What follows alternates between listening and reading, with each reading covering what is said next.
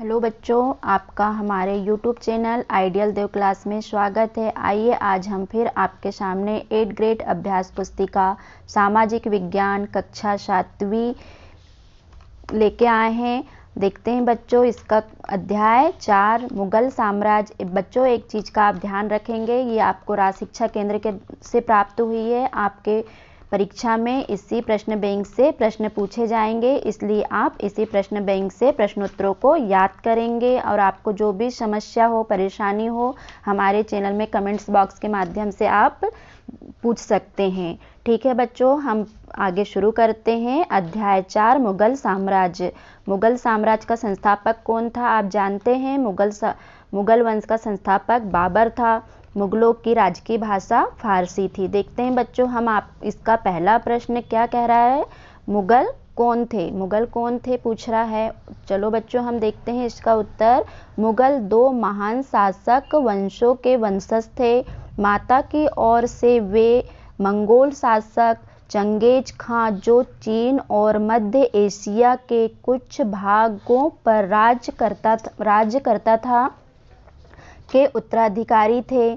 पिता की ओर से वे ईरान, इराक एवं वर्तमान में तुर्की के शासक तैमूर के वंशज थे, परंतु मुगल अपने को मुगल या मंगोल कहलवाना पसंद नहीं करते थे। मतलब उन्हें पसंद नहीं था कि वो मंगोल कहलवाएं। ठीक है बच्चों, यहाँ आपका प्रश्न क्रमांक पहला कंप्लीट होता है।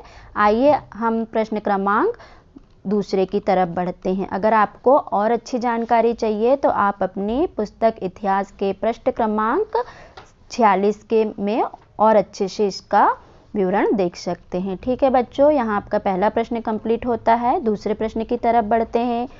दूसरा प्रश्न क्या कह रहा है? बाबर द्वारा किस युद्ध में व कब इब्राहिम लोदी को पराजित किया गया था?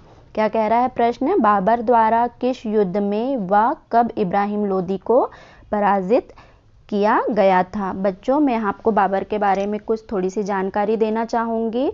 बाबर ने बहुत से युद्ध लड़े, है ना। तो देखते हैं उनने कौन कौन से युद्ध लड़े। आप पानीपत के 3 युद्ध बहुत फेमस हैं, जो आपके आने वाली बड़ी कक्षाओं में भी, कंपटीशन एग्जाम में भी पूछे जाते हैं। इसलिए बच्चों आप कुछ थोड़ी सी जानकारी बाबर के बारे में जान सकते हैं।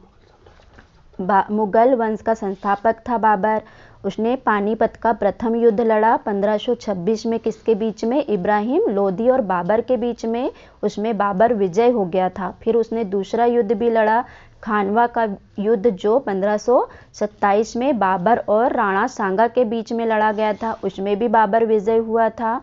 तीसरा युद्ध चंदेरी का युद्ध लड़ा था 1528 में, बाबर और मेदिनी राय के बीच में हुआ था। इसमें भी किसकी विजय हुई थी?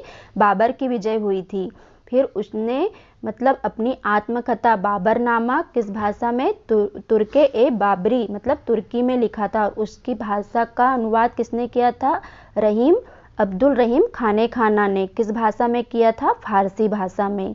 ठीक है बच्चों, यहाँ आपका बाबर की जानकारी देखते हैं। अब आगे उत्तर क्या कह रहा है आपका प्रश्न के हिसाब से? बाबर ने 5वें आक्रमण में उसने दिल्ली के अफगान शासक इब्राहिम लोदी को अप्रैल 1526 ईस्वी में पानीपत के प्रथम युद्ध में परास्त किया। मतलब प्रथम युद्ध, पानीपत का प्रथम युद्ध जो 1526 में हुआ था, उसमें हरा दिया, है ना। यहाँ बच्चों आपका प्रश्न क्रमांक दूसरा कंप्लीट होता है।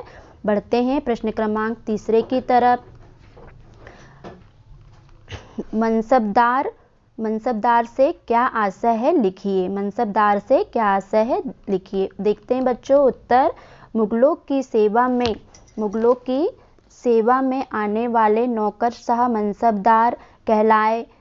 मनसबदार शब्द का प्रयोग ऐसे व्यक्तियों के लिए होता था जिन्हें कोई मनसब यानी कोई सरकारी हैसियत अथवा पद मिलता था। यह मुगलों द्वारा चलाई गई श्रेणी व्यवस्था थी। ठीक है बच्चों, यहाँ आपका तीसरा प्रश्न कंप्लीट होता है। बढ़ते हैं चौथे प्रश्न की तरफ। चौथा प्रश्न क्या कह रहा है बच्चों? अकबर की राजस्व व्यवस्था का संक्षेप में वर्णन कीजिए। क्या कह रहा है? अकबर की राजस्व व्यवस्था का संक्षेप में वर्णन कीजिए। तो अकबर के बारे में आप कुछ थोड़ा सा जानना चाहेंगे बच्चों? देखते हैं। उत्तर, अकबर किसका बेटा था? अकबर हुमायूं का बेटा था। वो अपनी राजगद्दी पर बहुत कम उम्र में बैठा था। वो मतलब सिर्फ 13 वर्ष की आयु में सम्राट बन चुका था। उसका जन्म कहाँ हुआ था? अमरकोट के राजा बीरसाल के यहाँ हुआ था। उसने पानीपत का द्वितीय युद्ध लड़ा था 1556 में। किसके बीच में हुआ था? अकबर और हेमू मतलब विक्रमादित्य, हेमू विक्रमादित्य के बीच में हुआ था, जिसमें अकबर विजय हुआ था। और उसके संरक्षक कौन थे? बैरम खान थे। उनके आपको पता होगा उसके मतलब बहुत फेमस नवरत्न थे उसके दरबार में, है ना। और वो मतलब काफ़ी कुछ अच्छा किया अकबर ने, जैसे दीन ए इलाही को लाया। मतलब दीन ए इलाही का मतलब होता है ईश्वर का धर्म। मनसबदारी प्रथा की शुरुआत भी किया। उसके दरबार में बहुत अच्छे अच्छे नवरत्न थे, जैसे तानसेन, बीरबल, टोडरमल, मानसिंह, मुल्ला दो प्याजे। उसकी शादी एक हिंदू महिला जोधाबाई से हुई थी। ठीक है बच्चों, देखते हैं इसका उत्तर, प्रश्न के हिसाब से उत्तर क्या कह रहा है। अकबर की राजस्व व्यवस्था। अकबर ने पिछले 10 सालों मतलब 10 सालों 1570 से 1580 की फसलों के पैदावार व मूल्य के आधार 10 साल नाम की नवीन कर प्रणाली लागू की। इस व्यवस्था को लागू करने में उसके राजस्व मंत्री मतलब टोडरमल ने महत्वपूर्ण भूमिका अदा की। साथ ही प्रत्येक सूबे को राजस्व मंडलों में बांटा गया। अलग अलग फसलों की अलग अलग राजस्व दर तय की गई। ठीक है बच्चों, यहाँ आपका चौथा प्रश्न कंप्लीट होता है। हम प्रश्न क्रमांक 5 की तरफ बढ़ते हैं। देखते हैं बच्चों, प्रश्न क्रमांक 5 क्या कह रहा है। अबुल फजल द्वारा लिखित अकबरनामा में किन बातों का विवरण मिलता है? लिखिए।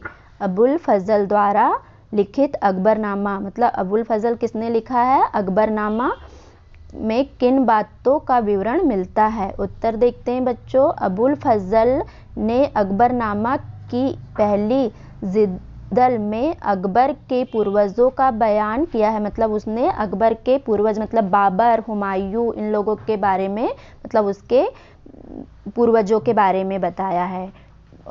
और दूसरी अकबर के शासनकाल की घटनाओं का विवरण देती है। मतलब उसके शासनकाल में जो भी घटनाएं हुई होंगी तो उसके बारे में विवरण मिलता है। तीसरी जिल्द क्या है? जिल्द आईने अकबरी है, जिसमें अकबर के प्रशासन, घराने, सेवा और राजस्व का ब्यौरा मिलता है। मतलब उसके घराना कैसा था, उसकी राज्य व्यवस्थाएं कैसी थी, उसके बारे में हमें जानकारी मिलती है। बच्चों यहाँ पर आपका 5वां प्रश्न कंप्लीट होता है। प्रश्न क्रमांक 6वें की तरफ बढ़ते हैं। अकबर की प्रशासन व्यवस्था की विशेषताएं लिखिए। अकबर की प्रशासनिक व्यवस्था की विशेषता लिखना है। ठीक है बच्चों, उत्तर देखते हैं हम। प्रशासन के मुख्य अभिलक्षण अकबर ने निर्धारित किए थे। प्रशासन के मुख्य अभिलक्षण अकबर ने निर्धारित किए थे और इनका विस्तृत विवरण अबुल फजल की अकबरनामा विशेषकर आईने अकबरी में मिलता है। अबुल फजल के अनुसार साम्राज्य कई प्रांतों में बटा हुआ था। मतलब अबुल फजल के अनुसार साम्राज्य कई प्रांतों में बटा हुआ था, जिन्हें सूबा कहा जाता था। सूबों के प्रशासक सूबेदार कहलाते थे, जो राजनीतिक तथा सैनिक दोनों प्रकार के कार्य का निर्वाह करते थे। ठीक है बच्चों, यहाँ आपका प्रश्न क्रमांक 6वां कंप्लीट होता है। देखते हैं प्रश्न क्रमांक 7वां क्या कह रहा है।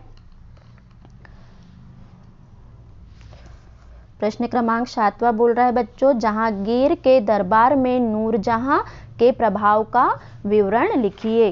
क्या कह रहा है बच्चों प्रश्न? जहांगीर के दरबार पर नूरजहां का प्रभाव इसका विवरण लिखिए। जहांगीर, उत्तर है मेहरुनिसा। मेहरुनिसा मतलब नूरजहां का असली नाम क्या था? मेहरुनिसा, लेकिन नूरजहां की उसको उपाधि दे दी गई थी। उसका असली नाम था मेहरुनिसा। मेहरुनिसा ने 1611 में जहांगीर से विवाह किया था। उसने 1611 में जहांगीर से शादी कर ली किया और उसे नूरजहां का खिताब मिला। उसने नूरजहां का मतलब उसका नाम नूरजहां दे दिया गया। नूरजहां हमेशा जहांगीर के प्रति अत्यधिक वफादार थी और उसको समय समय पर सहयोग देती रही। नूरजहां के सम्मान में जहांगीर ने चांदी के सिक्के जारी किए, जिसमें एक और उसके स्वयं के खिताब उत्कीर्ण मतलब छपना उत्कीर्ण थे और दूसरी ओर रानी नूरजहां के नाम से गढ़ा हुआ था। ठीक है बच्चों, यहाँ और मतलब जहांगीर के काल को क्या कहते हैं? चित्रकला का स्वर्ण युग कहा जाता है। और जहांगीर का जब शासनकाल चल रहा था उस समय ब्रिटेन कैप्टन मतलब पहले अंग्रेजी व्यापारी आए थे, उनके नाम क्या थे? हॉकिंस और सर टॉमस रो। और एक बात और जानिए बच्चे आप, अर्जुन देव को फांसी भी किसने दी थी? जो सिक्कों के गुरु थे ना, 10 गुरु थे सिक्कों के, उसमें से एक अर्जुन देव थे, जिनको मतलब अर्जुन देव को फांसी जहांगीर ने ही दी थी। और इसको न्याय की जंजीर भी मतलब उन्हीं ने जहांगीर ने शुरू की थी। ठीक है बच्चों, यहाँ आपका 7वां प्रश्न कंप्लीट होता है। बढ़ते हैं हम प्रश्न क्रमांक 8 की तरफ। देखिए प्रश्न क्रमांक 8, अकबर के धर्म संबंधी विचारों को संक्षेप में लिखिए। इसका उत्तर है बच्चों, अगर आपको इसको और अच्छे डिटेल से पढ़ना है तो आप अपनी मतलब पुस्तक के प्रश्न क्रमांक 54 में इसको और अच्छे से आप इसको पढ़ सकते हैं और इसका उत्तर खोजकर लिख सकते हैं। ठीक है बच्चों, उत्तर क्या कह रहा है देखते हैं। अकबर के धर्म संबंधी विचार। अकबर भारतीय इतिहास का प्रथम शासक था। अकबर भारतीय इतिहास का प्रथम शासक था जिसने विभिन्न धर्मों को समझने के लिए 1576 में आगरा में इबादत खाने की स्थापना की। इबादत खाना मतलब जहां सभी धर्म के लोग एक साथ बैठते थे।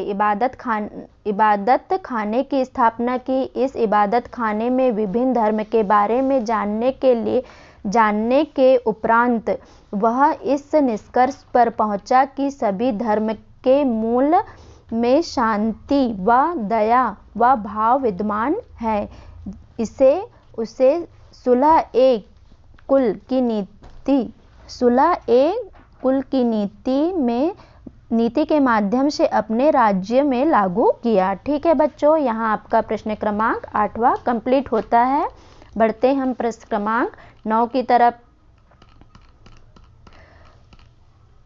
मनसबदार और जागीरदार में क्या भिन्नताएं थी? लिखिए। उत्तर देखते हैं। मनसबदार राज दरबार के उत्तराधिकारी थे जिसके पास राजनीतिक और प्रशासनिक अधिकार और कार्य होते थे। जागीरदार राज्य की ओर से कर वसूलने और उसका हिसाब किताब रखने का कार्य करते थे। इसके साथ ही जागीरदार एकत्रित कर को मनसबदार को सौंप देते थे। ठीक है बच्चों, यहाँ आपका प्रश्न क्रमांक 9 कंप्लीट होता है। अब हम प्रश्न क्रमांक 10 की तरफ बढ़ते हैं, जो आपका इस अध्याय का आखिरी प्रश्न होगा। ठीक है बच्चों, देखते हैं हम इस अध्याय का आखिरी प्रश्न क्या कह रहा है। प्रश्न क्रमांक 10, अकबर ने किन किन संस्कृत ग्रंथों का फारसी में अनुवाद कराया? देखते हैं बच्चों उत्तर। अकबर ने महाभारत, रामायण, लीलावती एवं योग वशिष्ठ जैसे कुछ उल्लेखनीय संस्कृत ग्रंथ को अनुवाद कार्य के लिए चुना गया। रजमनामा, जो महाभारत का फारसी अनुवाद है, में महाभारत की घटनाओं का विस्तृत चित्रांकन है। ठीक है बच्चों, अगर आपको हमारा ये वीडियो पसंद आया हो तो इसे प्लीज़ लाइक कीजिए, शेयर कीजिए, सब्सक्राइब कीजिए। ठीक है बच्चों, खूब मन लगा के पढ़िए। मिलते हैं आपको अगले वीडियो में अगले अध्याय के साथ। धन्यवाद।